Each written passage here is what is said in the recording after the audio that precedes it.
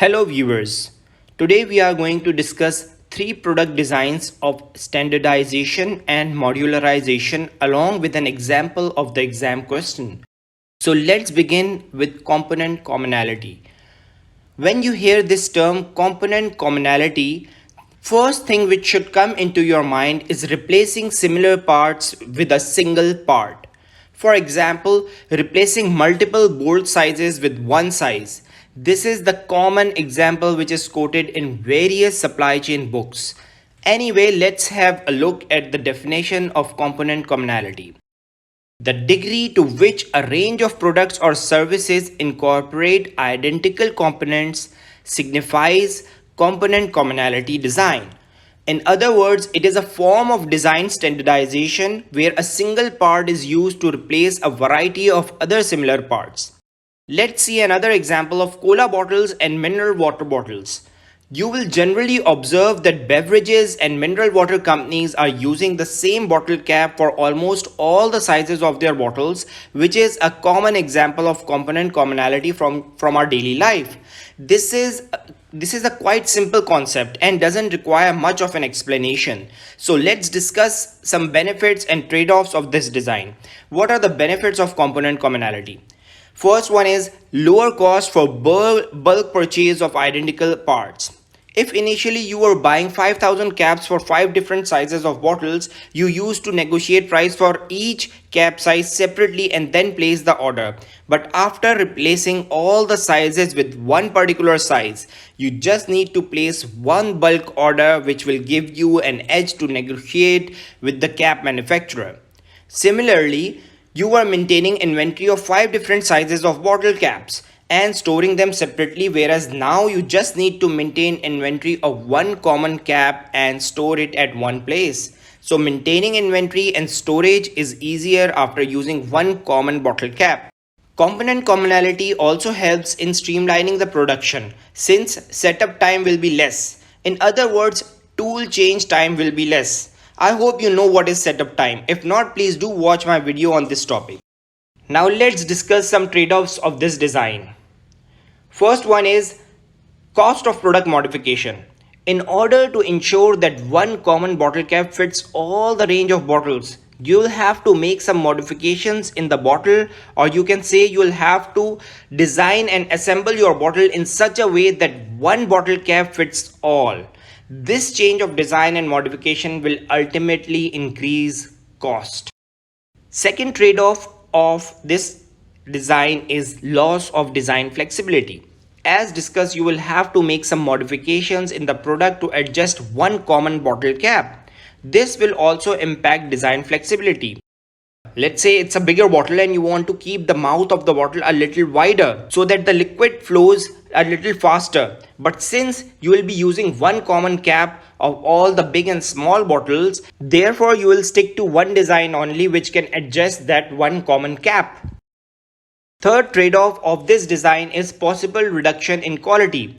Let's continue with an example of bottle caps.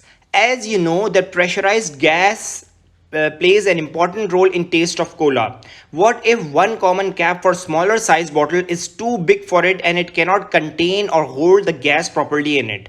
What will happen? Eventually quality of cola will go down. Now in the exam, question is asked in a twisted manner. For example, they may tell you that a computer hardware repair guy used only one screwdriver to unfasten all the screws of CPU or a laptop. Which design is it? Since hardware repair guy is using one screwdriver to unfasten all the screws, this means that manufacturer has used common screws inside out in the manufacturing of laptop or CPU. So component commonality is the right answer for this question. You will find this question in my set of 600 CSCP question set as well. Now let's move on to next design, which is modular design. Let's start with a basic definition of modular design. The use of standardized subcomponents of a product or service that can be put together in different ways to create a high degree of variety is called modular design. For example, look at this Lego set, which can be used to make 3 different types of prototypes. You can use the same pieces to make a fighter jet, speedboat, or a helicopter. This is the core concept of modular design strategy, but this is not the complete concept. Now let's discuss the actual definition of modular design and dive deep into the concept. Modular design is also called modularization. A modular design strategy is planning and designing products so that components or sub-assemblies can be used in current and future products or assembled to produce multiple configurations of a product. If you carefully notice, there are two parts of this definition. The first part says components or sub-assemblies can be used in current and future products. And the second part says assembled to produce multiple configurations of a product. We have already discussed the second part just now, where I have shared an example of Lego blocks with you. You will find many other examples of this particular aspect of modular design. For example, IKEA furniture or modular shelves that can be stacked vertically or integrated horizontally to fit different spaces. Now, let's discuss the first part of the definition, which says components or sub-assemblies can be used in current and future products. Now, before I elaborate the definition of this part, I would like to highlight that there is a statement in your manual which says modular design is a type of component commonality and the terms are sometimes used interchangeably. If this is true, then how can we differentiate between component commonality and modular design? Answer is quite simple. Hard drive of a computer is a module which is interchangeable among many different computers, but the screws, transistors or chips inside the hard drive are components. If Seagate is using one common screw, transistor or chip to produce different types of hard drives, let's say Barracuda, Skyhawk, Firecuda, etc., then this is considered a component commonality.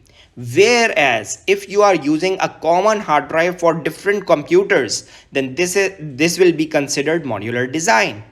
In other words, components are a single part, possibly general purpose and relatively small in scope, where module is the larger piece of the whole that performs a complex function without outside interference.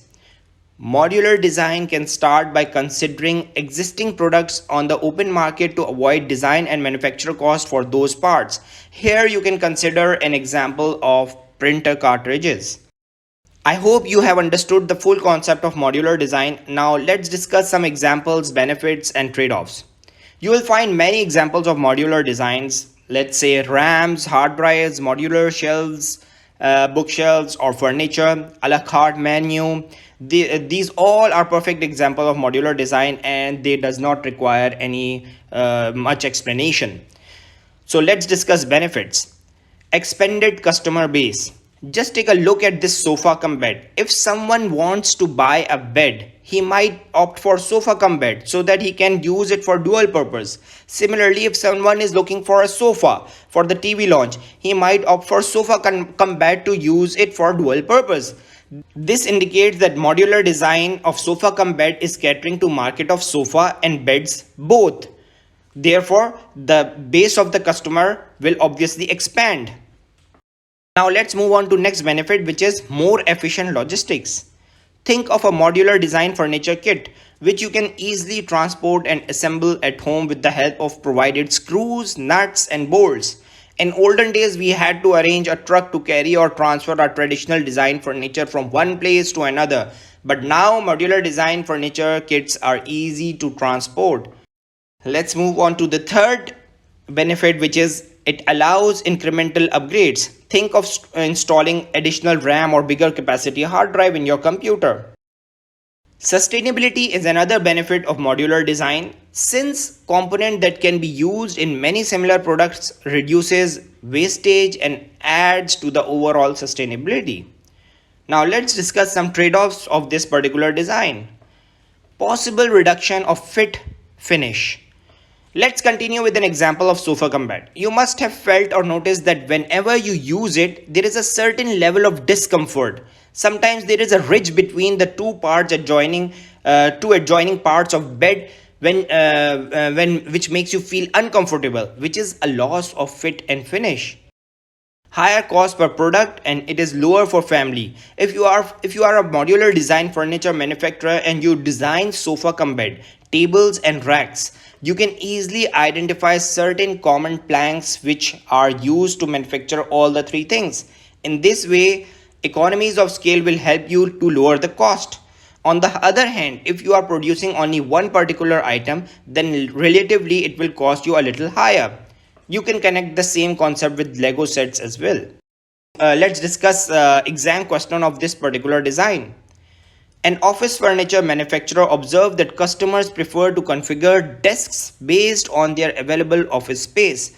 To keep product costs to a minimum yet satisfy customer needs, the company should choose which of the following design strategies. So you will find many four choices there, and obviously modular design is the answer for this particular question. Now let's move on to our next design. Integral design is a related one-line concept, therefore I have included this one slide for my viewers. The opposite of modularity is integral design, in which all components are designed to work together in one specific product. Let me share a few examples of modular and integral design side by side to build a strong foundation of both the concepts. Let's begin with an example of our daily clothing, trousers, shirts, ties, which can be mixed and matched together because they are modular. On the other hand, a uniform is an example of an integral design because you cannot make changes in it. Apple computers focus on integral design while PCs are modular. I hope you understand the concept of integral design and modular design both, and you can easily differentiate between the two. So let's move on to our third topic, which is universality. Universality is one size fits all. Universality simply means designing one product for multiple markets. It is quite a simple concept and does not require much explanation. Therefore, I am going to show some examples to strengthen the concept of my viewers and then discuss benefits and trade-offs. Universal switchboard, unisex sunglasses, unisex clothing, bicycles, cars, etc. You can think of many things. So you can easily associate this concept with your daily life items which you normally generally see at your home. Now let's discuss benefits and trade-offs of universality. First one is increased sales volume. Obviously, you are catering to multiple markets by producing universal product. Therefore, your sales will definitely increase. Number two is reduced cost of design manufacturing compared to market specific products. We have just discussed this particular aspect while discussing modular and integral design. When a product is designed for one exclusive or particular use, for example, Apple computer, it will always cost you higher as compared to personal computers. Now let's see some of the trade-offs. Potential loss of a sales in each particular market. When you cater to multiple markets by producing universal product, it is quite obvious that other markets will suffer. Loss of customer loyalty. If customer wants to purchase switchboard for type A power cord only to switch on his laptop or electrical appliance, but he finds universal switchboard in the market with extra options in it, then he might think that he is paying extra price for other sockets or ports which are there in that particular board. This will affect customer loyalty. Viewers, if you find value in this video, please consider subscribing to my channel and pressing the bell icon. Thank you.